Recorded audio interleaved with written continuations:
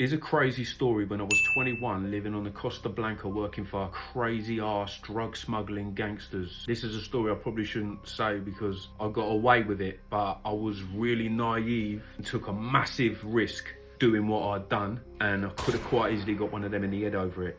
That happened a couple of times, but this particular story, I'm gonna tell you, me and a fella that was working in the firm as well, but he had only just been recruited. For the sake of this video, we're gonna call him Johnny. And Johnny was ex-military, and he had a strong connection with the firm that I was working with because his brother used to work for him, and he died in jail doing time for them. So we got called up to Barcelona this one particular day to go and meet one of the bosses. For the sake of this video, we call him Boris. We meet him in a tapas bar, and he's telling us about this job, but this particular job had already been packed. Our job was to go in there on a cleaning mission, basically, and they were just as dodgy. He then took us down to this warehouse. We was coming across different warehouses all the time in all different areas, all up and down the east coast of Spain, you know, all the way down to Marbella, to be honest with you. We had lockups, navies we used to call them. So me, Boris and Johnny, we walk into this warehouse not knowing what we're walking into. And in the middle of this warehouse was an oil tanker. The whole warehouse was scattered with rubbish and the reminiscences of 30 key bales being opened, and there was sand everywhere. So what they'd done is they'd loaded this tanker. This tanker was filled with gear. To be honest with you, I couldn't even tell you how much was in there. There could have been 10 to 50 ton. I don't know. When you're transporting these things, obviously everything can't be taken out and searched.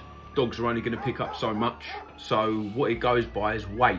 So if the paperwork and the weight of the lorry or the truck or whatever don't weigh up, that raises concern, you know, so you're more than likely to get searched then. I couldn't tell you how much was in this tanker, but all I was thinking is, I hope I ain't got to fucking drive that, because driving something like that all the way back to England, you know, in my eyes was a suicide mission, especially a young lad like me, you know. I could do the little local transporting, but that's trafficking. You're going over borders and shit. Total different thing. So we're sitting on a lot of gear, and then he drops this one on us.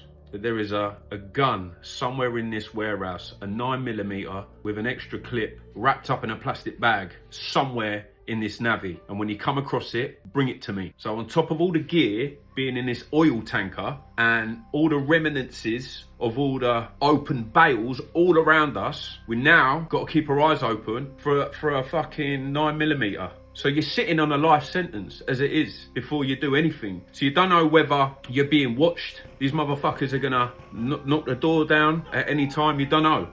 So it's a constant fear and paranoia. So anyway, hours go by and we're just clearing this warehouse, bagging everything up, and our job was to load up the van, and on the way back down to the East Coast Javier, every bin we had to stop out, get a lip and drop a little bit out at a time, so it ain't too bait all in one place, you know. So Johnny takes the 9mm and stashes it in the car. So now we just want to get out of there even quicker. So we're rushing, bagging all this stuff up, and it must have been the last little bit of rubbish in the side, in the corner of this warehouse.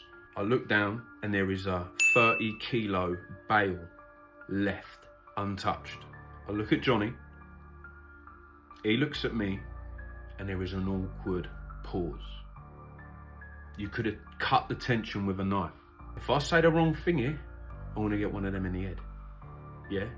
But on the flip side, we could walk away with a few quid here as a bonus. Very risky decision to make in the heat of the moment. And I said to him, do you know how much I can get for that?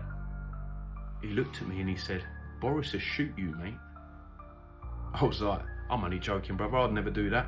And there was another awkward pause. And he looked at me and he said, if I weren't here, you would have took that. Now, of course I wouldn't do that. I wouldn't disrespect you boys like that and take the piss.